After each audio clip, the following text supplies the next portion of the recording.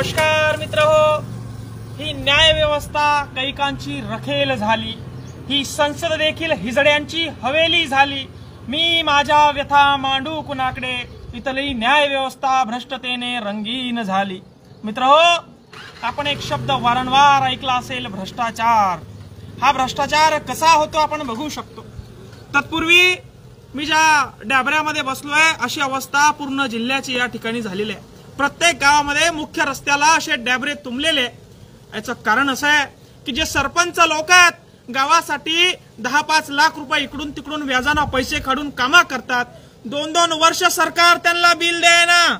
2 वर्ष झाले 20-20, 25-25, 30-30 लाखाचे काम केले, मात्र सरकार बिल देईना।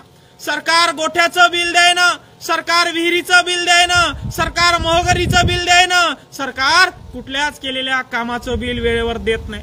2 वर्ष झाले काम करून व्याजाना पैसे काढून एखादा सरपंच एखादा सदस्य काम करतं, पण 2-2 वर्ष सरकार पैसे दाबून ठेवतं। मात्र ज्यावेळी हे काम मंजूर करायचं, अधिकाऱ्याला 2% द्या, त्या आमदाराला 2% द्या, त्या संबंधित मंत्र्याला 5% द्या, असे पैसे अगोदर।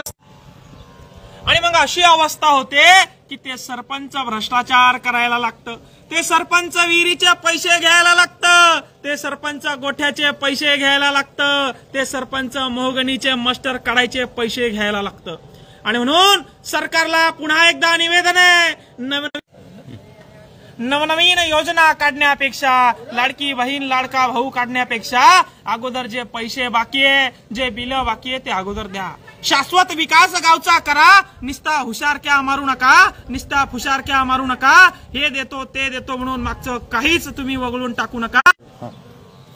मित्रहो, आपल्याला आजच्या या लाईव्हच्या माध्यमातून सन्माननीय मुख्यमंत्र्यांना निवेदन आहे, तुमच्या लाडक्या बहिणीला चांगला अगोदर रस्ता करून द्या। त्यांना या पाण्यातून जावं लागतं, लाडक्या लेकरांना तुमच्या या शाळेतून जावं लागतं, आणि शाळेतून जात असताना बुट त्यांच्या गुडघ्या एवढाले या डॅबऱ्यामध्ये पाय भरतात। म्हणून नवीन योजना काढण्या अगोदर पहिल्या योजनेचे पैसे अगोदर खात्यावर टाका, एवढंच विनंती करतो। धन्यवाद।